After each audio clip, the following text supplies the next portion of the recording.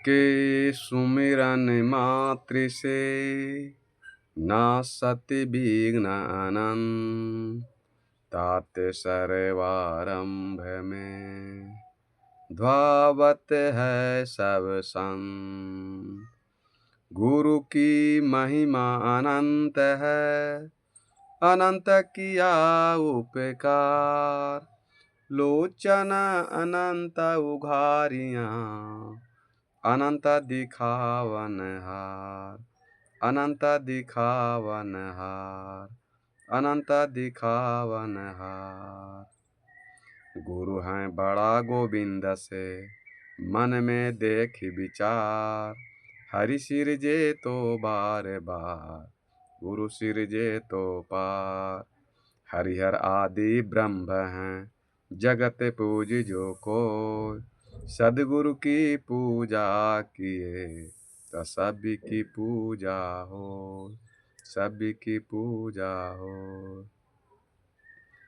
मेरे व्यवहारिक एवं परमात्मिक जीवन के प्रबल प्रेरणा स्रोत परम पूज्य गुरुदेव आराध्य देव जी, तीर्थों को भी पावन कर देने वाले ज्ञान ध्यान साधना के द्वारा मधु मंगलमय संत समाज और सत्संग स्थल पर आए हुए अध्यात्म प्रेमी सज्जनों तथा देवियों,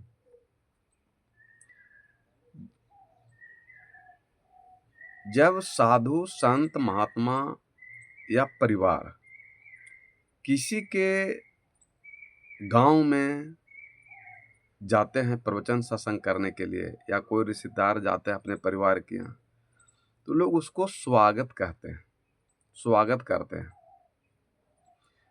जैसे मान लिया कि कहीं प्रवचन देने गए हैं, गुरु आए हैं, संत महात्मा हैं, तो उनको स्वागत का करते हैं। तो स्वागत का अर्थ क्या होता है? स्वागत का अर्थ क्या होता है? स्वागत का अर्थ बहुत से मुंह से सुनते हैं कि कोई माला पहना दे गुरु के, साधु संत महात्मा के, तो उसे स्वागत मैंने कह देते हैं। मैंने माला पहना दिए तो उसे स्वागत हो गया। बढ़िया खाना खिला दिए पिला दिए तो उसको कहते हैं कि स्वागत हो गया, अच्छा स्वागत हो गया।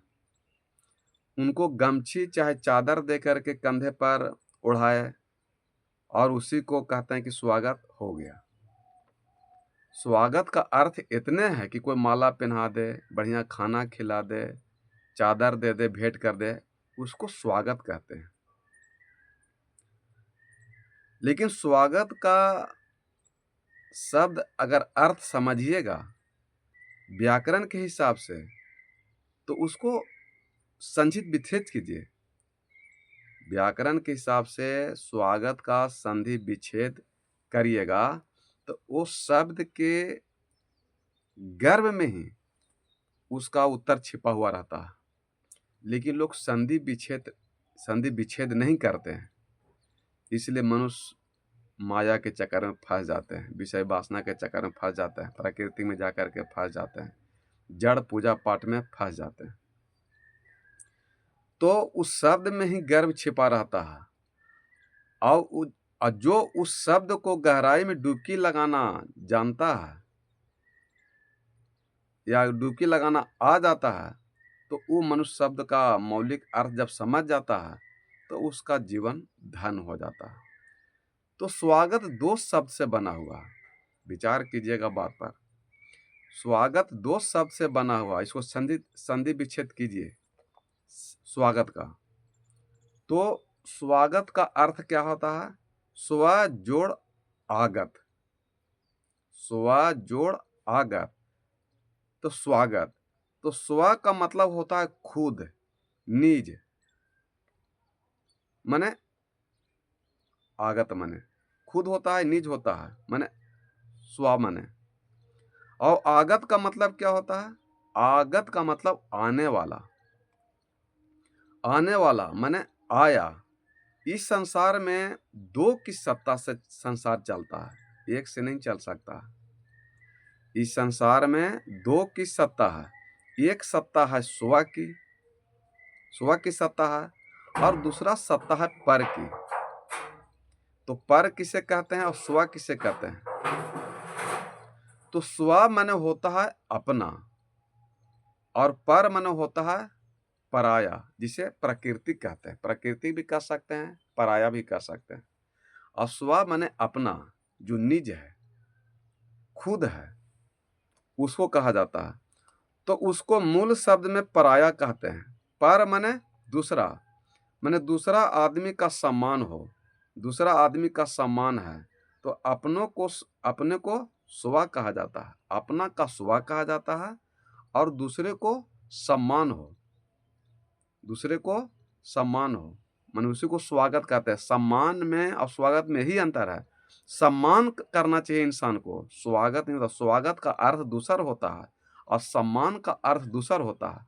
सम्मान के मतलब कि खाना पीना बढ़िया से उसको भोजन भात गमछी माला दिए, तो वो स्वागत नहीं किए, सम्मान किए, उसको आदर किए,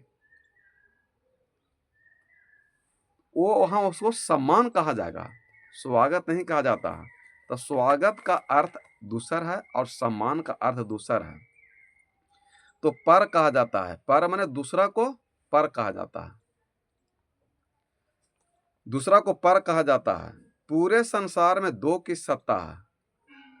तो माने स्व की ओर से माने पर की सत्ता, और जितना चीज बाहर में अनुभव जो करते हैं हम लोग, ये जो बाहर में जितना हम लोग देख रहे हैं, ये पर में आता है। जैसे आंख है, कान है, नाक है, मुंह है, जीभ है, त्वचा है। तो ये पर माने बाहर देख रहे हैं, दूसरा देख रहे हैं, प्राकृतिक दे रहे हैं। पराया, प्राकृतिक। तो प्राकृतिक यानी बाहर, पराया माने दूसरा कोई। तो ये जितना भी आंख नाक कान से हम बाहर देख रहे हैं, ये सब पर है, प्राकृतिक है, पराया है। और स्व माने होता अपना। जैसे मान लिया कोई चीज की छुए तो गरम लगा, गरम लगता है कि नहीं, ठंडा लगा। तो भीतर के स्व से वह अपना अनुभूति करा रहा है। स्व माने अपना और पर माने पराया, प्रकृति, बाहर। तो इस चीज को समझना होगा कि आंख नाक कान मुंह जीभ त्वचा से शरीर से जो बाहर जो चीज देख रहे हैं, सुन रहे हैं, कर रहे हैं, वो सब प्रकृति में आता है, पराया में आता है। और उसी को लोग अपना मान लिए हैं, बाहर वाला को अपना मान लिया है। और जो अपना स्व है जो भीतर में है, उसको पराया मान लिए। इसमें मनुष्य फंस गए। तो स्व माने विषय जो कर रहे हैं, जो विषय कर वो बाहर में है, वह पर में आता है। तो छूने में, स्पर्श करने में जो अनुभव होता है, वह भीतर से अनुभव होता है। वो भीतर से अनुभव कर रहा, उसे हम भगवान कहते हैं। और जो प्राकृतिक है, जो माने प्रकृति की ओर से जो परमात्मा है, वो जो प्राप्त करना चाह रहे हैं पराया से, माना प्रकृति से, वो संभव नहीं है, वो दूसरा है, वो पर है, वो स्वयं नहीं है। इसीलिए सदगुरु कबीर साहब कहीं है कि कबीर मन तो एक है, भावे तहाँ लगाओ, चाहे गुरु की भक्ति करो, चाहे विषय कमाओ। ये मन एक है। अब इस मन को चाहे स्वयं में लगाइए, स्व में लगाइए, या पर में लगाइए, माने पराया में लगाइए, या स्वयं माने अपना में लगाइए। तो भीतर वाला जो परमात्मा है, जो आवाज निकल रहा है, वो स्व है, वो अपना है। और बाहर में जो पूजा पाठ जो कर रहे हैं, जग तप मंदिर पूजा पाठ, वो पर है, पराया है, प्राकृतिक है। उससे इंसान को कल्याण नहीं होगा। तो ये अंदर से जो स्वागत हो रहा है, वही आपका स्वागत है। और बाहर से जो हो रहा है, उसको समझना चाहिए, सम्मान समझना चाहिए। ये सम्मान होता है। तो सुमरन सूरती लगाई के, मुख से कछु न बोल, अंदर का पट भी, बाहर का पट बंद करके अंदर का पट खोल। सुमरन सूरती लगाई के, मुख से कछु न बोल, बाहर का पट बंद कर अंदर का पट खोल। तो जो स्व का जो अपना आपका अनुभव जो होगा, उससे आपका आपका मोक्ष मुक्ति उद्धार कल्याण होगा। और प्राकृतिक पर जो बाहर जो कर रहे हैं, उससे आपको उद्धार कल्याण नहीं होगा। जिस अब इसी को आप लोग आलोचना कहते हैं कि साधु संत महात्मा सदगुरु कबीर साहब हम लोग को आलोचना कर रहे हैं। लेकिन आलोचना में और निंदा में फर्क है। इसको शोध कहा जाता है। आलोचना को शोध कहा जाता है कि इस पूरे संसार में सत्य क्या है, असत्य क्या है, धर्म क्या है, अधर्म क्या है, पाप क्या है, पुण्य क्या है। इसको आलोचना कर के ही निकाल सकते हैं, शोध कर को ही निकाल सकते हैं। और ये आलोचना करने के लिए, शोध करने के लिए सरकार ने इस प्रोफेसर को 40 लाख रुपया महीना देते हैं। 40 लाख रुपया। हमारे गुरुदेव बताते रहते हैं, क्योंकि हमारे गुरुदेव तो पीएचडी कर रहे हैं ना, प्रोफेसर है ना। और जब यूनिवर्सिटी में वो जाते हैं हमारे गुरुदेव प्रवचन देने के लिए, तो बढ़िया-बढ़िया प्रवचन जब देना शुरू करते हैं, बोलना शुरू करते हैं, तो बढ़िया-बढ़िया प्रोफेसर कहते हैं कुछ तो मान-सम्मान रहे दीजिए हमारा भी। जो यूनिवर्सिटी में प्रोफेसर पढ़ा रहे हैं 10 साल 15 साल से, और मेरे गुरुदेव अभी प्रोफेसर बने नहीं हैं, बनने के कगार पर हैं। अभी वो परीक्षा दे रहे हैं। अभी लास्ट में अभी माने 29 तारीख को आए हुए थे गया में, गया जी में परीक्षा देने के लिए हमारे गुरुदेव। तो गन्नू बिघा रुके थे रमोतार साहब के पास में, तो उनसे हम दर्शन करने के लिए गए थे, हम और रूपू सिंह बरचैता वाले। तो दर्शन करने गए तो गुरुदेव बताए कि सदगुरु कबीर साहब को लोग अनपढ़ कहता है, गंवार कहता है, कि ये कहता है कि निंदा शिकायत करता, भगवान ईश्वर को नहीं मानता है। तो उसको ये तमाचा मारने के लिए, या जो हम लोग निंदा शिकायत कर रहा है कबीर साहब के लोग अनपढ़ है, गंवार है, भगवान को ईश्वर परमात्मा को नहीं मानता है, तो उसको साबित करने के लिए हमारे गुरुदेव प्रोफेसर का पद को प्राप्त करना चाहते हैं कि कबीर साहब के परिवार जो उनके अनुयायी हैं, उनके रास्ते पर चलने वाले, उनके विचार पर चलने अनपढ़ ही नहीं है, और उनको बहुत निंदा शिकायत के भी उससे सब कहते हैं कि भगवान ईश्वर को नहीं मानते हैं। तो आलोचना करना, शोध करना, ये निंदा नहीं होता है। आलोचना और शोध करने के लिए सरकार ने प्रोफेसर को 40 लाख रुपया देता है पेंशन महीना। और आपके पास ज्ञान नहीं है, बुद्धि नहीं है, विवेक नहीं है, तो उसका कोई जिम्मेदारी तो लेगा नहीं। आप समझने का प्रयास कीजिए। लेकिन इंसान क्या सोचता है कि खुद तो गलत है, लेकिन अपने को अच्छा साबित करने के लिए अच्छा इंसान को भी गलत साबित करना चाहता है, जबरदस्ती बोल करके। तो बोलिए, वो जो जिसको सही आदमी को आप गलत साबित करना चाह रहे हैं, उसको तो कुछ नहीं बिगड़ेगा। लेकिन आप सच्चाई के रास्ते पर नहीं चल करके आप अपने पैर में खुद टांगे माने पैर काट रहे हैं, खुद आप अपना जीवन को बर्बाद कर रहे हैं। उसमें दूसरा से कोई लेना देना मतलब नहीं है। इसलिए सदगुरु हमारे आए हुए थे, और वो बोध गया नहीं, वो पंचानपुर के बीच में जो नया यूनिवर्सिटी है केवाली के पास में, वही उनका परीक्षा, ये आखिरी परीक्षा है। उसके बाद में ये प्रोफेसर ज्वाइन कर लेंगे और यूनिवर्सिटी ने ये पढ़ाई करेंगे, और कबीर साहब के विचार पर इनको अध्यात्म के क्षेत्र में बोलना है। इसलिए स्कूल में सरकार को भी चाहिए कि स्कूल में एक विषय अध्यात्म का होना चाहिए, और जब तक अध्यात्म में नहीं होगा तब तक आपका कल्याण नहीं हो सकता। जैसे ये प्राकृतिक ने हमको रुई दिया, तो रुई कपड़ा है, चादर है, बेडशीट है? नहीं है। गमछी है, लुंगी है, साया साड़ी है? नहीं। वो प्राकृतिक ने हमको रुई दिया, केवल उजला, और उस उजला को हम लोग लाल, पियर, हरियर कर देते हैं। क्या किया? ये हम आपने किए? तो प्राकृतिक ने, परमात्मा ने आपको रुई दिया, लेकिन उसको आप चादर बना दिए, गमछी बना दिए, स्वेटर बना दिए, बेडशीट बना दिए, चादर सब बना दिए। तो इसको आलोचना कही जगह बना दिया था? इसको शोध कहा जाता है। इसको हमको प्राकृतिक ने, परमात्मा ने हमको रुई दिया उजला, लेकिन इसको लाल, पियर, हरियर, काला में इसको रंग करके इसको चादर, बेडशीट बना दिए। तो इसको आलोचना कहा जाता है, शोध कहा जाता है। इसको निंदा शिकायत नहीं कहा जाता है। जैसे एगो जो प्राकृतिक फूल होता है उसमें खुशबू होता है, वो परमात्मा प्राकृतिक ने बनाया। और एक फूल होता है जो मनुष्य बनाता है, जो कागज का हो गया, प्लास्टिक का हो गया, लाल, पियर, हरा, एकदम ओरिजिनल नहीं लगता है, लेकिन उसमें खुशबू नहीं होता है। तो जो एक फूल जो बना है कागज का या प्लास्टिक का, वो आता है पैर में। और जो ये जो माने ओरिजिनल खुशबू आ रहा है प्राकृतिक परमात्मा वाला, वो आता है सुबह से। तो सुबह में और पैर में यही अंतर है, उसको कहते हैं स्वागत। तो पैर मैंने जो बाहर ज्ञान ये देख रहे हैं, ये पैर में आता है, पर्याय में आता है। और स्वाद जो अंदर से अनुभव होता है, जो सुख शांति निकलता है, जो छूने से अनुभव होता है कि ठंडा है कि गर्म है कि नरम है कि क्या है, ये भीतर से अनुभव होता है। वो स्वाद से, वो परम तत्व परमात्मा वो भीतर से होता है, वो बाहर से नहीं होता है। जैसे आप मकान बनाते हैं, तो मकान जब बनाते हैं तो मकान में बनाने से पहले रहने से उसमें बांस का खूंटा गढ़ते हैं, खूंटा गलाते हैं ना, खूंटा गढ़ते हैं। अब आप कहिए कि तो खूंटा गढ़ दिए, तो जब तक आप मकान जो बनाते हैं, वो मकान में अगर खूँटा पहले नहीं गड़ाएगा, तो वो छत नहीं ढलाएगा। वो छत नहीं ढला सकता, सीढ़ी नहीं ढला सकता, पन्ना प्लास्टर नहीं हो सकता, मार्बल टाइल्स नहीं लगेगा। तो मकान को बनाने के लिए, मार्बल टाइल्स लगाने के लिए, छत को ढालने के लिए, सीढ़ी को ढालने के लिए वो बाँस का खूँटा लगाना बहुत ज़रूरी है। और जब तक बाँस का खूँटा नहीं लगेगा, तब तक मकान ढलाएगा नहीं। और जब मकान पूर्ण से बन जाता है, तब वो खूँटा को हटा दिया जाता है। तब उसमें से हम, आप मनुष्य सारे प्राणी रहते हैं। उसी प्रकार अध्यात्म के क्षेत्र में जग, तप, मंदिर, पूजा पाठ का एक खूंटा लगाना जरूरी है। और वो खूंटा जब तक हटाइएगा नहीं, तब तक उसमें आके परमात्मा आपको वास करेंगे ही नहीं। वो परमात्मा आपको मिलेंगे ही नहीं, कतई नहीं। आपको मकान बनाने के लिए वो खूंटा गलाना जरूरी है। खूंटा नहीं गड़िएगा, सेंटिंग नहीं कीजिएगा, तब तक सीढ़ी, पन्ना, प्लस्तर, मार्बल, टाइल्स नहीं बन सकता है। और आप कहे कि भी तो मिस्त्री भाई इसमें तो बांस गड़ दिया, खूंटा गड़ दिया, गला दिया, और मिस्त्री को अपर फायर हैं। तो इसको आलोचना नहीं कहा जाता है, इसको शोध कहा जाता है। इसको आलोचना अगर शोध नहीं करेगा, तो आपका मकान नहीं बनेगा। इसको शोध कहा जाता है, इसको निंदा नहीं कहा जा सकता।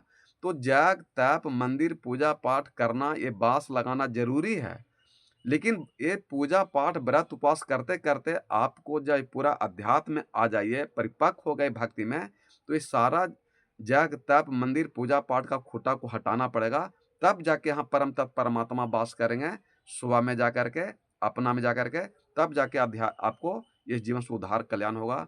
तब मोक्ष मिलेगा, मुक्ति मिलेगा, आवागमन से छुटकारा मिलेगा।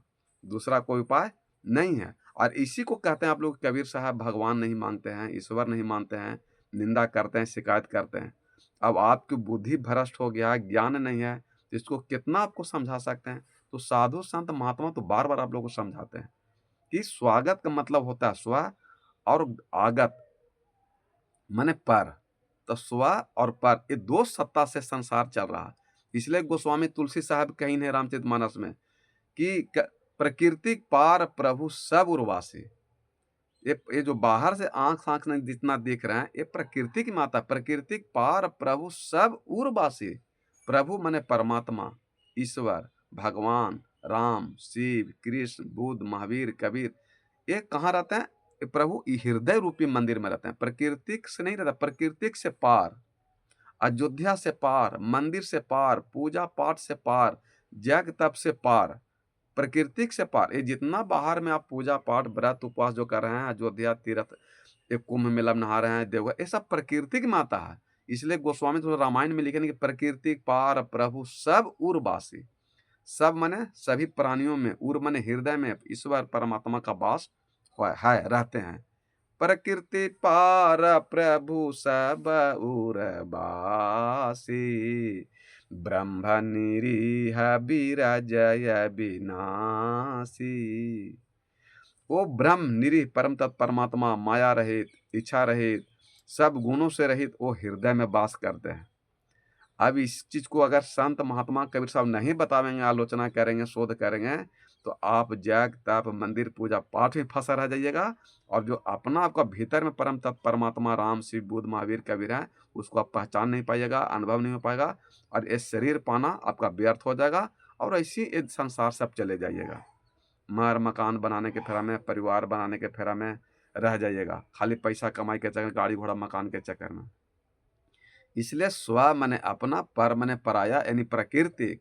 तो इसको आप आलोचना नहीं कर सकते हैं। तो परमात्मा आपको फूल देते हैं, तो अलग परमात्मा वाला फूल अलग है, और मनुष्य का बना हुआ अलग फूल है। जैसे परमात्मा हमको गेहूं दिए, तो गेहूं खाते हैं।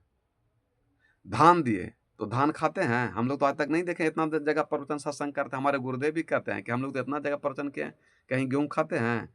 प्रकृति ने, परमात्मा ने हमको गेहूं दिया, लेकिन उसको हम लोग धोते हैं, पिसाते हैं, उसके बाद में उसको रोटी पकाते हैं, मलपुआ पकाते हैं, फुलौड़ी पकाते हैं, तब उसको ग्रहण करते हैं, खाते हैं। तो खाली गेहूं में खा जाइए। धान दिया हमको परमात्मा ने, प्रकृति ने, तो धान खाते हैं। उसको हम लोग पहले इsoरते हैं, फिर सुखाते हैं, 4 दिन 5 दिन 8 दिन टाइम लगता है। उसके बाद उसको मिल में जाके कुटाते हैं, और कुटाने के बाद उसको फिर हमारे माता, बहू, बेटी, पूरा प्रेम के, दया के, करुणा से, भाव से उसको सिझाते हैं, बनाते हैं और उसके बाद हमको थाली में परोस के देते हैं, तब उसको हम ग्रहण करते हैं। खाली धान नहीं खाते हैं। तो धान में से भूसी निकालना, इसको आप निंदा कह सकते हैं? गेहूँ को पीस करके रोटी, मालपुआ बना के खाना-पीना आपको दे रहा है, तो इसको आप आलोचना कर सकते हैं, भले शोध कर सकते हैं, निंदा नहीं कर सकते हैं। आप कहे कि हमको आप रोटी बना के दे दिए, पुआ बना के दे दिए, मालपुआ बना के दे दिए, तुम तो बहुत गलत आदमी हो, तुम बहुत घटिया आदमी हो। तो ये आपकी नादानी नहीं है, बुद्धि नहीं है, विवेक नहीं है। परमात्मा ने, प्रकृति ने हमको रुई दिया, गेहूँ दिया, धान दिया, तो उसको हम लोग शोधन करते हैं, शोध करते हैं। यानी आलोचना का मतलब शोध करते हैं, निंदा नहीं करते हैं। अब वो गेहूँ क्या है कि हमको तुम पिसाते हो, धोते हो, फिर माने तवा पर सिझाते हो, ये तो तुम लोग बहुत गलत काम कर रहे हो। तो जब तक ये कार्य अगर हमारे माता, बहन, बेटी घर में नहीं करेगा बहू, तो आपका जीवन नहीं चलेगा। तो ये प्राकृतिक जीवन जीने के लिए हमको रोटी, कपड़ा और मकान ज़रूरी है। लेकिन भीतर में जो सुबह मैंने परमात्मा जो बैठल है, उसको ज्ञान, ध्यान, साधना से ही प्राप्त कर सकते हैं, तो आपका जीवन उद्धार हो सकता है। तो स्वागत का मतलब होता है दूसरा अर्थ। स्वागत का मतलब होता है मने आपको समझना होगा, और परम आगत मने दूसरा चीज होता है। अब इसी को आलोचना कहते हैं। तो समझने का बात है, तो आपका समझ में आ सकता है, दूसरा कोई उपाय नहीं है। अब तो मन तो एक है, इसमें तो दो है नहीं। तो कबीर मन तो एक है, भावे तहाँ लगाओ, चाहे गुरु भक्ति करो, चाहे विषय कुमार। तो ये ज्ञान इंद्रियां जो भीतर में कृष्ण तो दृष्टा है, ये जो दृष्टा देख रहा था, दिखाने वाला कौन है? ये प्रवचन करने वाला कौन है? बुलाने वाला कौन है? मनन करने वाला कौन है? तो भीतर में बैठे हुए एक सत्ता तब ने बाहर में काम कर रहा है। तो इसको आप भजन, भक्ति, सत्संग में लगाइए, प्रेम में लगाइए, करुणा में लगाइए, परोपकार में लगाइए, किसी को सुख में, दुख में माने मदद करने में लगाइए, तो आपका उद्धार, कल्याण हो जाएगा। इस मन को अगर दारू, ताड़ी, मांस, मछली, मुर्गा, अहंकार, क्रोध, घमंड, लोभ, मोह, बेईमानी, शैतानी में लगा देते हैं, तो ये मनुष्य तन आपका बेकार होगा। जिसमें गोस्वामी तुलसी कहते हैं कि बड़े भाग मानुष तन पावा, सुर दुर्लभ सब ग्रंथन गावा। तो ये देश शरीर देवता देवी को भी मिलना दुर्लभ है, और मनुष्य को शरीर प्राप्त हो गया है, तो इसको विषय वासना ने बर्बाद कर रहे हैं। ये उचित नहीं है। और कहते हैं साधन धाम मोक्ष कर द्वारा, पाई न जई परलोक सवारा। तो ये शरीर है, एक साधन मिला है मोक्ष, मुक्ति, आवागमन को प्राप्त करने के लिए। हमारा सनातन धर्म कह रहा है कि मोक्ष चाहिए, मुक्ति चाहिए, स्वर्ग नहीं चाहिए। साधन धाम मोक्ष कर द्वारा, स्वर्ग कर द्वारा नहीं करें गोस्वामी तुलसी साहब रामायण में, लेकिन यहाँ स्वर्ग की धारणा कर ले लोग। माता पिता को मृत्यु के बाद पंडित जी के द्वारा उसको स्वर्ग में खटिया, पलंग, भोजन, भात, टिफिन कार्य में भेज रहे हैं। ये स्वर्ग है नहीं। स्वर्ग का कहीं कोई स्थान नहीं है। स्वर्ग का मतलब है जहाँ सुख, शांति, आनंद, प्रेम करना हो, उस स्थान को, उस जगह को स्वर्ग कहते हैं। और जहाँ पर दुख, दर्द, पीड़ा, कलह, कलेश, चिंता, टेंशन हो, उसे नरक कहते हैं। तो नरक और स्वर्ग कहीं ऊपर में है ही नहीं। आपके घर में पूरे परिवार में सुख है, शांति है, आनंद है, प्रेम से अगर रह रहे हैं, तो इसको हम स्वर्ग कहते हैं। और घर में कलह, कलेश, चिंता, लड़ाई झगड़ा किसी चीज़ के लिए हो रहा है, तो इसको आप स्वर्ग, नरक कहिए। तो घर में कोई परिवार अगर आपको बार बार माने सम्मान दे रहा है, निंदा शिकायत करने के बाद मौका दे रहा है कि चलो एक गलती हो गया, दो गलती हो गया, तीन गलती हो गया, चार गलती, पांच गलती, दसों गलती तक वो मौका दे रहा है, तो वो मौका के माने चौका मत उठाइए। वो मौका को माने उसको गलत दिमाग से मत दीजिए। तो वो मौका आपको दे रहा है बार बार, लेकिन उस मौका को आप नकार देते हैं। ये उचित नहीं है, ये संभव नहीं है। तो मौका,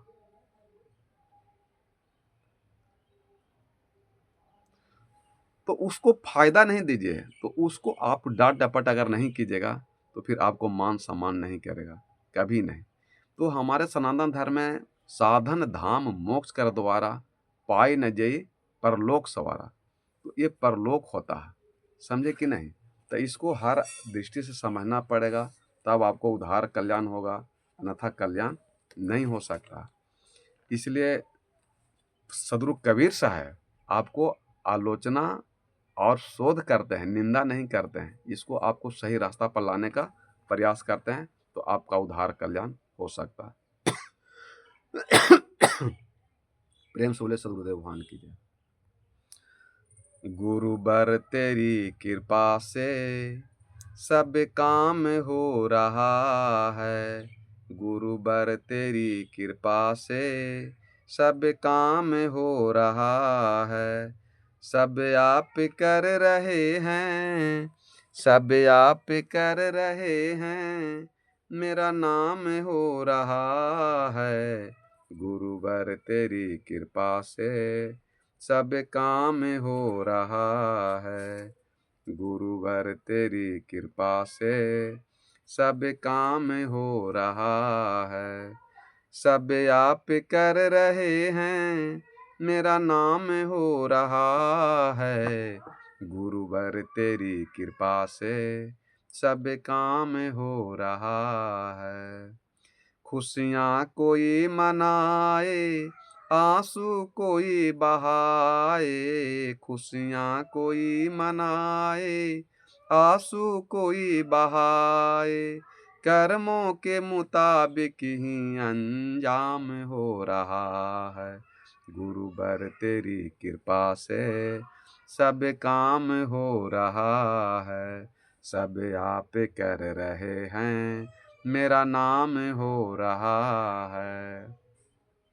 गुरुवर तेरे नाम को जो बदनाम करने आए, गुरुवर तेरे नाम को जो बदनाम करने आए, देखो जगत में खुद ही बदनाम हो रहे हैं, गुरुवर तेरी कृपा से सब काम हो रहा है, सब आप कर रहे हैं, मेरा नाम हो रहा है। ये गुरुवर, गुरु कौन? जो भीतर में बैठल हैं गुरु, वो उनके हिसाब से काम अच्छा हो रहा है। ये बाहर में तो जो गुरु हैं वो आपको गलत में लगा देते हैं, फंसा देते हैं। जैसे गीता में कृष्ण कहीं है कि कोई आपको मौका दे तो उसको आपको धोखा नहीं देना चाहिए। घर में कोई व्यक्ति अगर आपको बार बार गलती होने के बाद सुधार रहा है, आपको मौका दे रहा है, तो उसको आप धोखा मत दीजिए। और कोई आपको बार बार धोखा दे तो फिर उसको दोबारा मौका नहीं देना चाहिए, नहीं तो वो आपका कीमत को नहीं समझेगा और आपको और पूरी ज़िंदगी को वो आपको बर्बाद कर देगा और शांति भंग कर देगा, ना आपको चैन से रहने देगा और ना चैन से रहता है। इसलिए बार बार कोई आपको मौका देता है तो उसको धोखा मत दीजिए, और बार बार जो धोखा देता है तो फिर उसको मौका मत दीजिए, नहीं तो फिर वो जीवन में आपको चौंका देगा, वो आपको सुख शांति रहने तो भंग देगा। इसलिए ये सुख शांति आप स्वयं अपने से प्राप्त कीजिए, दूसरे के द्वारा प्राप्त करने को उम्मीद मत कीजिए। धरती पर कोई भी इंसान हो, भीतर से सुख शांति प्राप्त कीजिए। जब बाहर में उसके पास खुद सुख शांति नहीं है तो आपको सुख शांति वो कहाँ से दे सकता है? तो वो सुख शांति आप ज्ञान से बुद्धि से आप स्वयं अपने प्राप्त कीजिए, तो आपका उद्धार कल्याण हो सकता है। बोलिए सदगुरुदेव भगवान की जय। सहाय बन गई, सहाय बन गई, सहाय बन गई।